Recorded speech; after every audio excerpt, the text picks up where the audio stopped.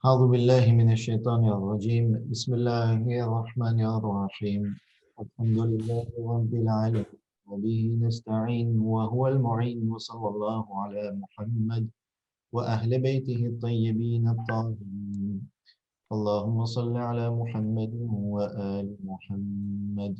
Alors, ce soir, nous allons aborder notre dernière session de l'étude préliminaire du Nahj al-Balagha. Il était effectivement prévu au départ de poursuivre l'étude du Nahj al-Balagha jusqu'à la fin du mois béni de Ramadan. Et pour la première dizaine, on avait prévu quelques sujets autour du Nahj al-Balagha. Pour la seconde ou la deuxième dizaine, on avait prévu de réfléchir sur certains sermons, lettres et maximes de Nahj al-Balagha, ce qui a été fait.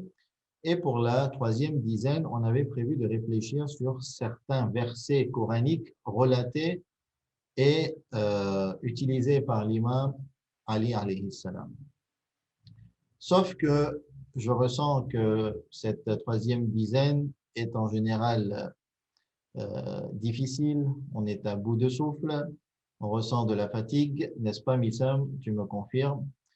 Et Oui, souvent c'est difficile de mener une discussion avec des réflexions, de demander à tout le monde de réfléchir.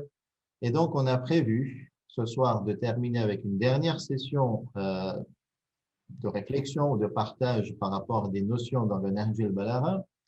Et ensuite, nous aurons 5 sessions sur différents sujets, au-delà du Nahj al-Balagha. Donc, on va poursuivre tranquillement encore 5 nuits et s'arrêter à la 27e, 26e ou 27e nuit du mois béni, Inch'Allah.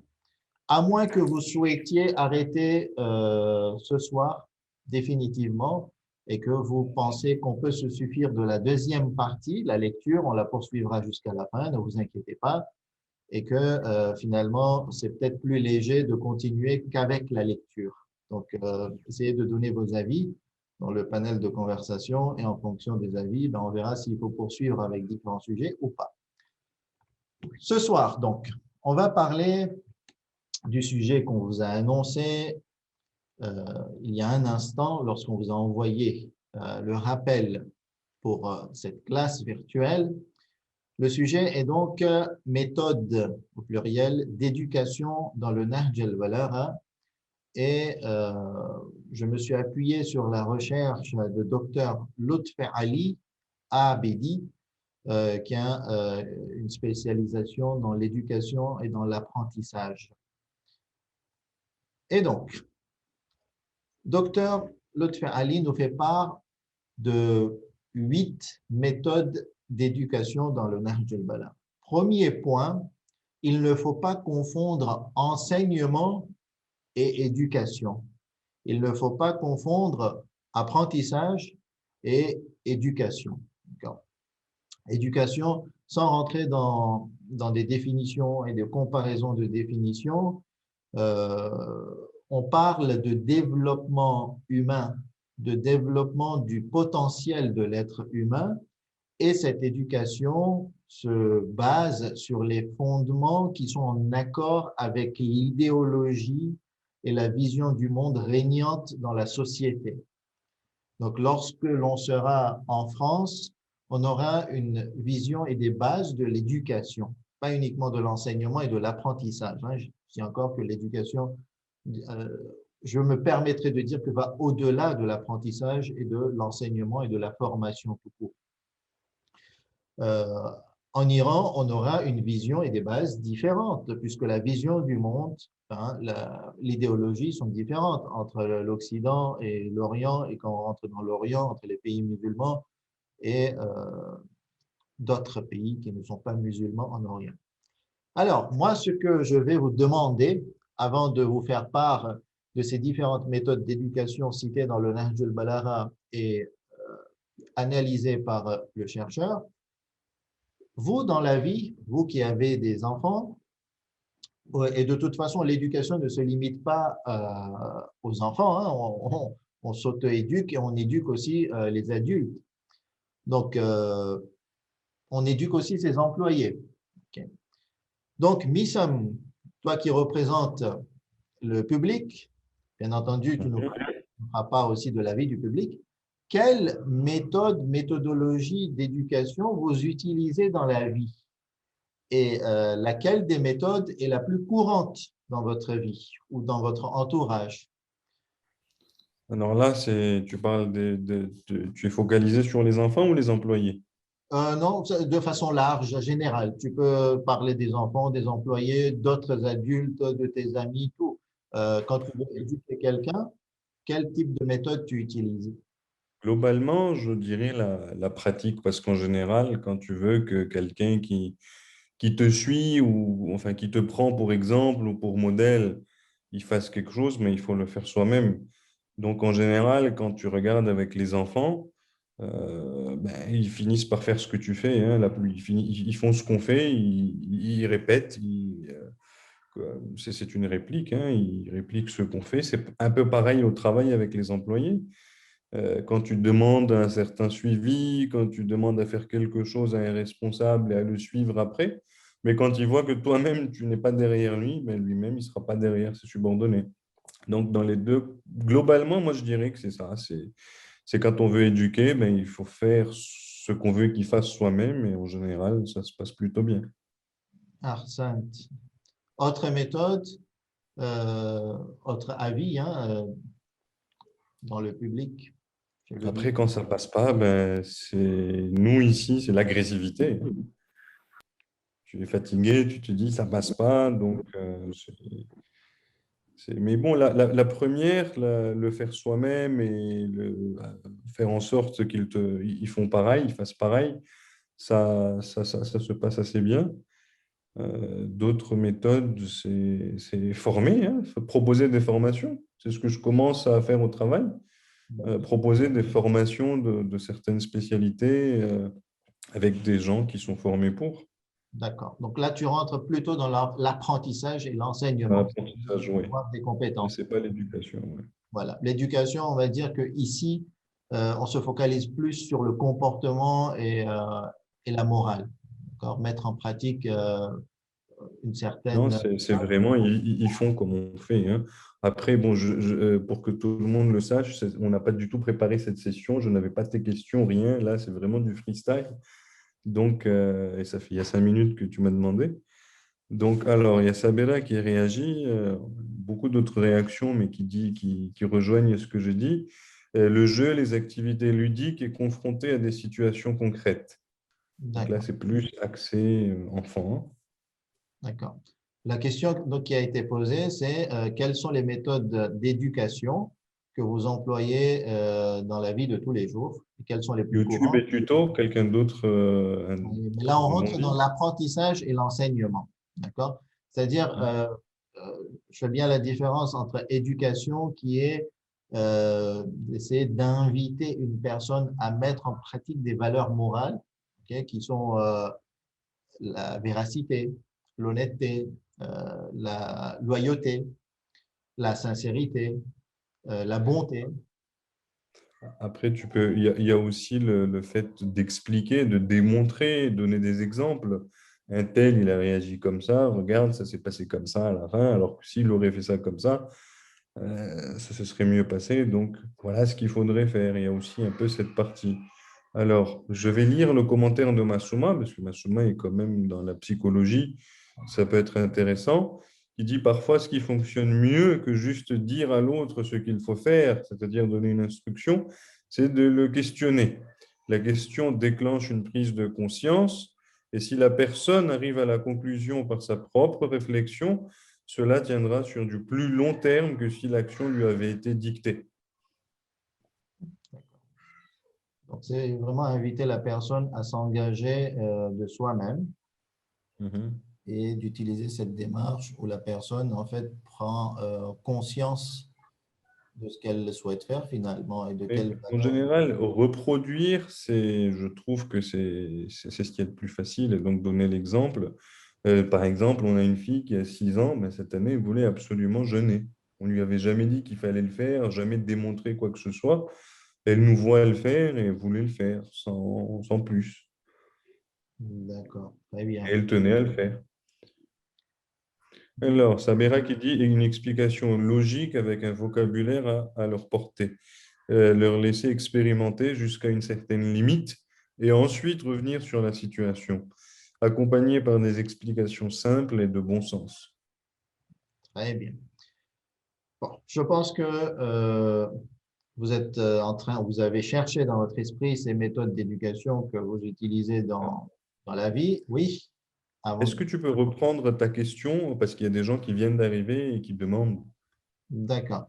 Donc, la question, c'est que, étant donné qu'on va parler des méthodes d'éducation dans le Nahj al-Balagha et qu'il faut faire la différence entre éducation d'un côté et apprentissage ou enseignement de l'autre côté, donc, pour l'éducation, on parle d'inviter la personne à mettre en œuvre les valeurs morales dans une société, dans une idéologie. Et donc, quelle méthode d'éducation vous utilisez dans votre vie, vous proposez aux personnes autour de vous ou que vous mettez en œuvre pour que la personne que vous souhaitez éduquer, ou même si vous souhaitez vous auto-éduquer, mettre en valeur, ou plutôt mettre en œuvre ces valeurs morales, ou ces valeurs tout court, hein, générales. Donc, la question est posée, réfléchissez, et moi, je vous fais part de ce qui a été proposé par le chercheur dans son article. Donc, la première méthode, c'est celle qui a été citée par Missam, c'est de suivre un modèle et de l'imiter. Ensuite, de prêcher et de conseiller, hein, et de donner de bons conseils. Ensuite, nous avons récompenser et châtier. Nous avons aussi prendre les valeurs, ou plutôt les leçons du passé. Nous avons le bon accompagnement, c'est-à-dire choisir une bonne compagnie, de bons amis. Nous avons aussi le amr bil ma'ruf, rappeler la mort et être bon. Donc, on va maintenant s'appuyer sur des exemples du Nahj al-Balagha pour étayer toutes ces méthodes qui ont été proposées. Donc, suivre un modèle et imiter un modèle. Donc, on est d'accord que c'est l'une des meilleures, voire la meilleure méthode d'éducation. Et voyons voir ce que l'imam Ali alayhi salam propose en tant que modèle. Donc, je te laisse lire ces extraits qui ont été choisis par un chercheur. Donc, du sermon 97. Observez la famille de votre prophète et adhérez à leur direction. Suivez leurs pas, car ils ne vous écarteront jamais de la voie qui vous permet d'être guidés, et ils ne vous jetteront jamais à la ruine. S'ils s'asseyent, asseyez-vous, et s'ils se lèvent, levez-vous. Ne les devancez pas, car sinon vous vous égarez, et ne traînez pas derrière, car sinon vous courez à votre perte. Donc là, on parle de la famille du prophète. Maintenant, on va parler Du prophète. du Donc, prophète. sermon 160. Suis alors ton prophète, le plus bon, le plus pur, que les bénédictions d'Allah soient sur lui et sa famille. Chez lui se trouve l'exemple pour le suiveur et le réconfort pour celui qui cherche à être réconforté. La personne la plus aimée d'Allah est celle qui suit son prophète et qui marche sur ses pas. Par conséquent, il faut que l'homme suive son prophète, marche sur ses pas et entre par son entrée. Sinon, il ne sera pas à l'abri de la ruine. Donc, l'imam est clair, c'est qu'il faut ériger le prophète tout d'abord en modèle, ensuite sa famille, mais aussi dans d'autres extraits, il nous parle des bons compagnons, des compagnons qui ont énormément sacrifié pour l'islam et les érige aussi en modèle à suivre. Donc, je pense qu'on est tous d'accord sur cette méthode. Encore un extrait et ensuite on passe à la méthode d'après. Il dit paix sur lui. Celui qui se tient en chef des gens doit commencer par s'éduquer lui-même avant d'éduquer les autres. Et sa méthode d'enseignement doit se faire par sa propre conduite avant la langue. Celui qui s'éduque et s'instruit mérite plus le respect que celui qui enseigne aux autres et les instruit. Très bien. J'ai envie de soulever des questionnements. Alors, ce texte-là, sa source, c'est la Maxime 73. J'avais vraiment envie de faire quelque chose de léger ce soir, ok, sans rentrer dans des critiques ou dans des questionnements, mais pourquoi pas? On n'est pas obligé de toute façon d'apporter des réponses. Et ben, je vais te demander, si on considère que cette méthode, c'est la meilleure des méthodes, Mhm. a-t-elle a-t-elle fonctionné concernant le prophète? A-t-elle fonctionné concernant l'imam Ali alayhi salam? Et concernant le prophète, pas vraiment, hein, pas vraiment quand on regarde le résultat. Enfin, comme ça, on dirait que non, hein, historiquement. Maintenant, l'imam Ali, alayhi salam, je ne saurais me prononcer, mais quand on nous voit, nous, suiveurs de l'imam Ali, alayhi salam, amoureux de l'imam Ali, qui est notre modèle, qui est notre exemple, C'est je compliqué, pense hein? que chacun peut se poser la question pour lui-même. Un des meilleurs, on va dire, euh, une des meilleures méthodes pour nous évaluer nous-mêmes, c'est finalement aller demander à autrui, quelqu'un qui pourrait nous juger de façon neutre et impartiale. Alors, par exemple, hein, nous, que nous prétendons être ceux qui suivent le prophète et la famille du prophète, et donc on prétend que nous avons euh, pris de leur enseignement et que nous voulons mettre en œuvre leur enseignement. Mais il faudrait demander aux communautés qui ne sont pas donc chiites autour de nous et de nous demander comment vous trouvez notre comportement collectif. Parce qu'il faut se dire que le collectif, c'est la somme des individualités. C'est comme ça. Le collectif n'a pas une existence indépendante des individualités. Okay. Aujourd'hui, si nous sommes rassemblés à 50 ou à 200 ou à 1000 dans un endroit, cela forme un collectif, mais c'est grâce à chaque individu. Bien sûr. Et c'est là qu'il Après, faudrait demander comment vous trouvez notre comportement collectif. Et de là, on pourrait essayer d'avoir une analyse sur la somme des individualités que nous représentons dans ce collectif. on peut même se restreindre à l'endroit où on vit. Par exemple, nous, ici à Madagascar, à Tananarive, on peut sortir et demander aux gens, on est quoi, à peu près 2500, 2700 chiites, Khoja, et peut-être dans les 5000, 6000 chiites en général. Euh, mais je, je ne sais pas ce que diraient les autres de l'extérieur quand on leur demandera ce qu'ils en pensent de nous. Je ne dis pas qu'on est mauvais, hein, loin Oui, de bien là. entendu, il faut laisser la place à un jugement objectif. En tout cas, ce sont des questions qui se posent. La méthode est considérée comme la meilleure des méthodes, hein. En tout cas, elle est mise en avant aussi par le chercheur. C'est ce qui nous vient aussi dans l'esprit et c'est ce que tu nous as fait part. C'est ce que l'on voit aussi dans la réaction des enfants tout de suite, c'est qu'ils imitent et qu'ils miment son éducateur. Mais ce n'est pas facile. Ce n'est pas une méthode qui garantit aussi les résultats. On en vient maintenant à la seconde méthode proposée et que personne n'a proposée parmi le public, c'est prêcher et conseiller. Et je pense que pourtant c'est une méthode qui est très utilisée et qu'on vit dans la vie de tous les jours, surtout dans nos mosquées. C'est la méthode qui est utilisée, ce sont les prêches et les bons conseils et l'exhortation et les sermons. Donc, lisons quelques extraits du Nahj al-Balagha qui mettent en lumière cette méthode. Ô gens, prenez la lumière de la flamme de la lanterne du prêcheur qui suit ce qu'il prêche et tirez votre eau de la source qui est lavée de toute saleté. Sermon 105. Sachez que l'oreille est la meilleure ouïe. À la meilleure. Sachez que l'oreille a la meilleure ouïe et celle qui entend le bon conseil et l'accepte. Sermon 105. Qu'Allah bénisse celui qui écoute une sagesse et la retient, qui, quand il est invité à suivre le droit chemin, s'en approche, qui s'accroche de manière tenace à un guide et trouve le salut. Sermon 76.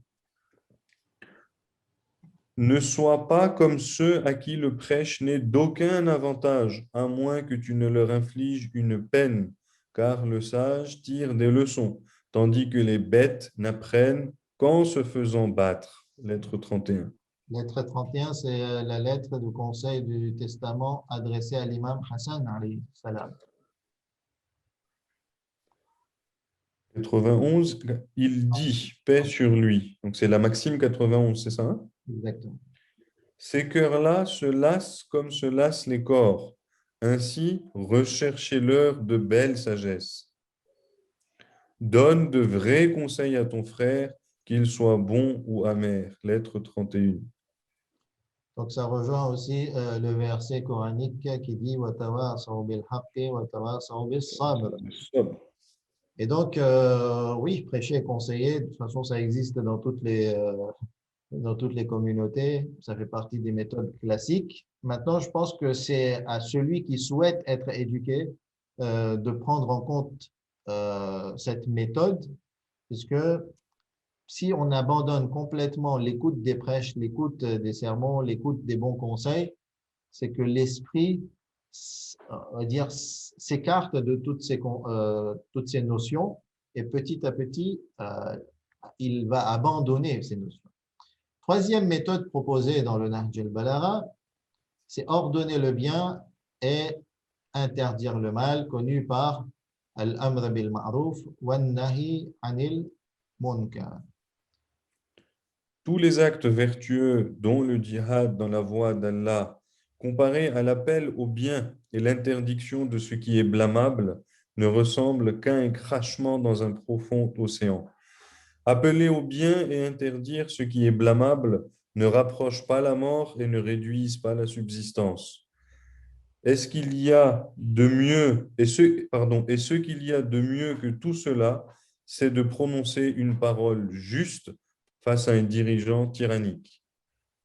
Et donc, le amr bil ma'ruf et an-nahy anil munkar est quand même très complexe à mettre en œuvre, puisque nous sommes chacun tenus de le pratiquer, et cela pour garder dans la société ces bonnes valeurs morales, cette éthique. D'accord.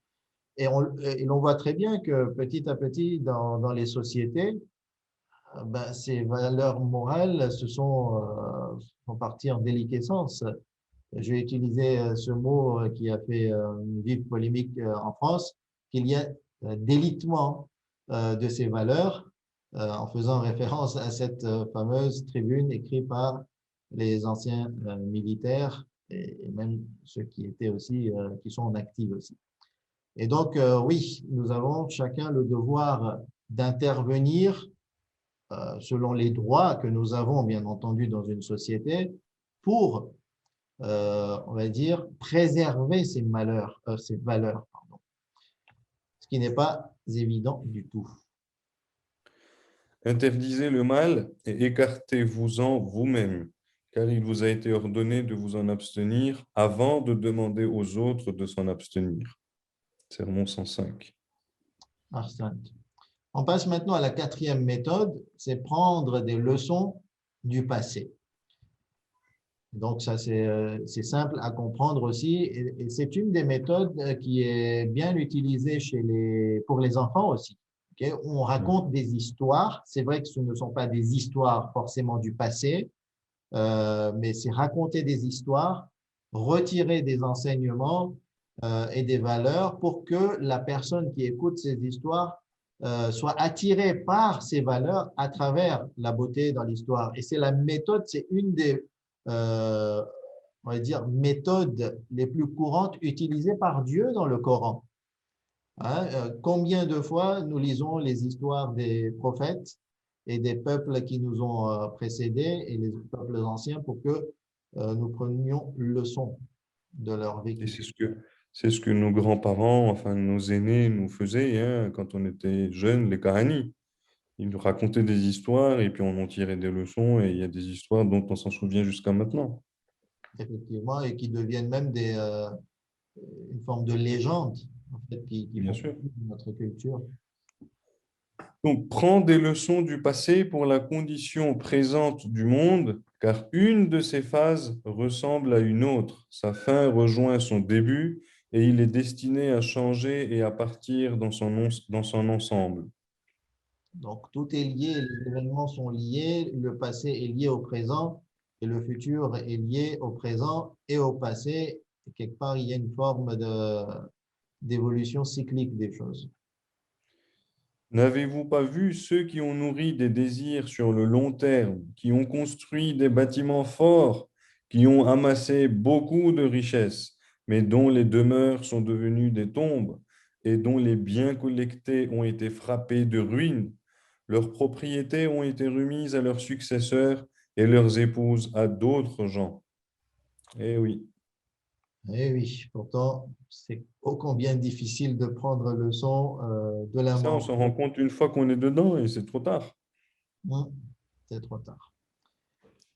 Cinquième méthode pour bien éduquer, et je pense que personnellement, oui, c'est une méthode qui porte ses fruits, c'est-à-dire celui qui souhaite être bien éduqué, qu'il choisisse un bon entourage, de bonne fréquentation, et même d'ailleurs, souvent les parents essayent d'influencer l'environnement de l'enfant, qu'il soit bien entouré, surtout à l'adolescence, pour que justement il n'y ait pas une déviation, une déviance dans son éducation et que le fruit de 12, 15 ans d'efforts des parents ne soit pas en vain à cause d'une mauvaise fréquentation de l'enfant. Et donc, oui, créer un bon environnement, c'est ô combien important. Et qu'est-ce qu'il influe sur l'être humain? Alors, demande qui sera ton compagnon avant d'entreprendre le voyage et le voisin avant de prendre une maison. Évite la compagnie de la personne dont l'opinion est instable et dont l'action est détestable, car un homme est jugé d'après son compagnon. Évite la compagnie des débauchés, car le vice entraîne le vice. Et c'est là que moi, lorsque je lis quelque part le développement personnel, ce que la psychologie ou les conseils de certains spécialistes en psychologie de l'éducation proposent par rapport aux personnes toxiques. J'utilise vraiment ce terme, personne toxique ou individu toxique.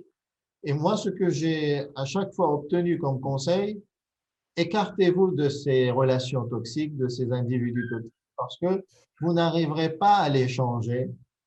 Et donc, le mieux, c'est que vous n'en pâtissez pas et que, au moins, vous vous protégez et préservez vous-même et votre entourage de cette relation toxique ou de ces individus qui agissent négativement sur vous et sur votre psychologie et sur votre mentalité et votre esprit.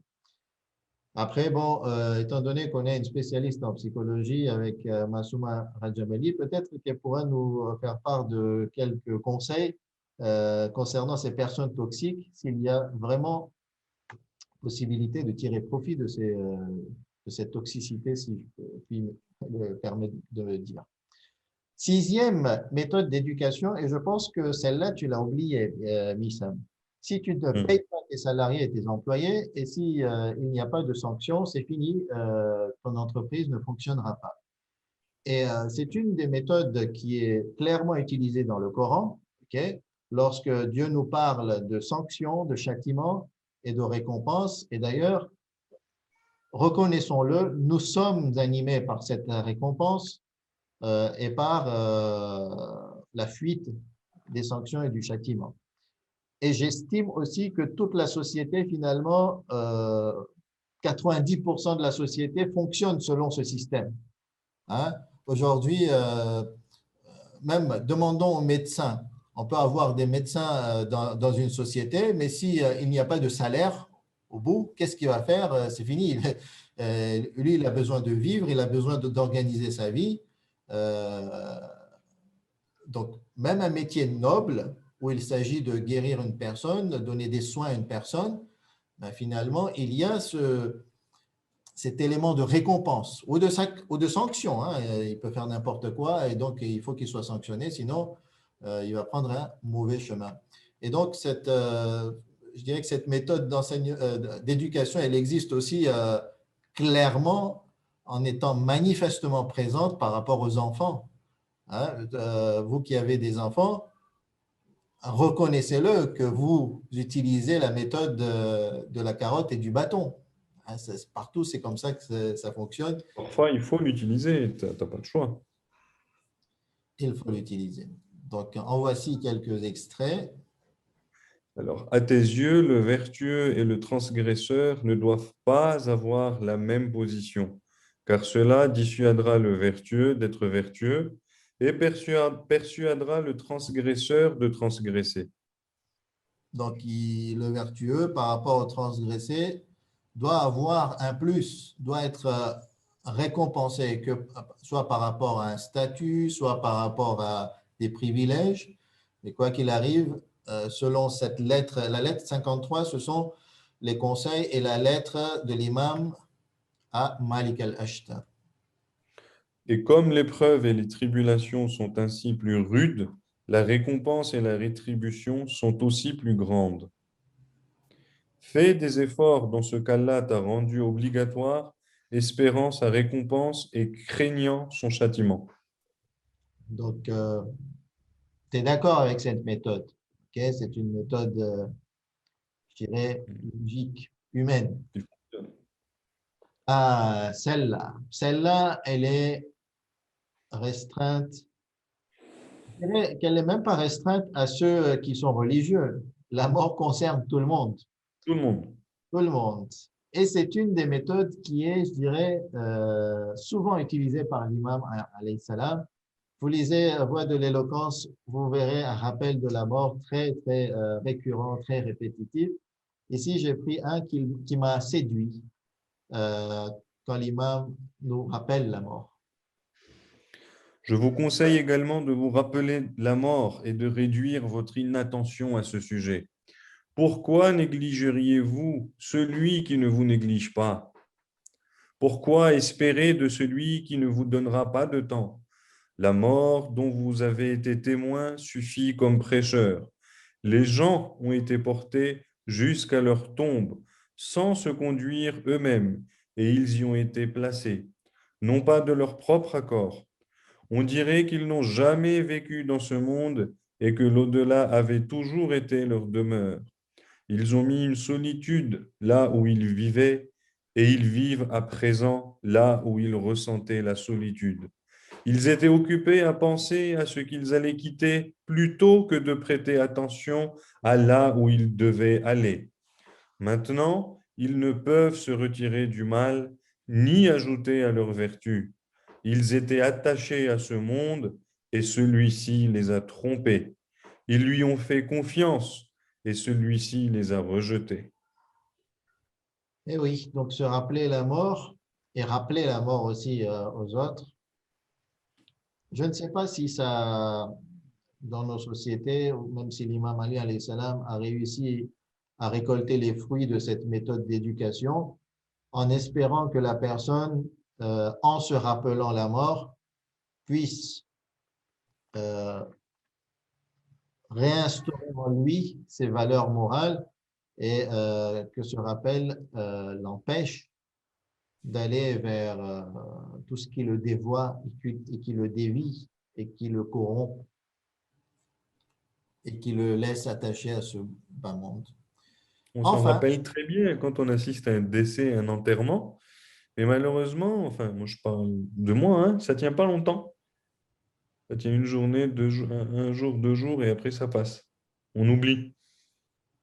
on oublie. Après, oui, quand il s'agit d'une personne proche, ça dure un petit peu plus longtemps normalement. Ça peut aller jusqu'à quelques mois, voire quelques années pour certains. Mais voilà, c'est vrai que on est inspiré par ce monde et ses enjolivures ou ses embellissements. Enfin, dernière méthode proposée dans le Nahj al-Balagha, c'est être bienveillant, bon et miséricordieux envers celui que l'on souhaite éduquer. Comporte-toi humblement avec les gens, reste indulgent. Va à leur rencontre avec un grand cœur. Accorde-leur un traitement égal afin que les puissants n'espèrent pas d'injustice en leur faveur de ta part et que les faibles ne soient pas frappés par ta justice à leur encontre. Baisse tes ailes devant les sujets. Va à leur rencontre avec le visage ouvert et reste indulgent à leur égard. Traite-les de manière égale lorsque tu leur jettes un coup d'œil ou quand tu les observes, dans les signes et dans les salutations, afin que les puissants n'espèrent pas de transgression de ta part et que les faibles ne perdent espoir dans ta justice. Donc, on peut retirer aussi pas mal de notions qui vont avec la bienveillance, comme l'empathie, écouter l'autre, ok, Humilité. l'accompagner, être humble envers lui. Le visage ouvert, radieux, être de bonne humeur. Ok. Et donc, voilà, on a souhaité vous faire part de ces 8 méthodes d'éducation euh, que vous allez me les rappeler de cet arbre euh, qui représente ici, voilà, l'éducation de l'homme. Donc, première méthode, c'était L'imitation. voilà, suivre un modèle, imiter un modèle. Deuxième méthode, c'est celle-là, représentée par cette icône, Prêcher. prêcher, donner de bons conseils, même envers ceux que l'on n'aime pas. D'accord? L'imam disait, donnez de bons conseils à vos frères, même si vous ne les aimez pas. Ensuite, troisième La, méthode, pri- la prime et la sanction. prime et sanction, c'est OK, c'est celle-là. Alors, Ah, pardon. c'est pas grave. 3, 4. Amr bil ma'rouf, donc ordonner le bien et interdire le mal. Ensuite, cinquième,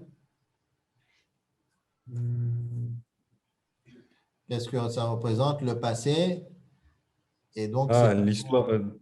prendre Apprendre du passé, du passé. l'histoire. Ensuite, Être bien accompagné. voilà, créer un environnement favorable. Septième méthode, Rappeler la mort. rappeler la mort. Et enfin, huitième méthode, être Être bon. bienveillant et humble envers les gens.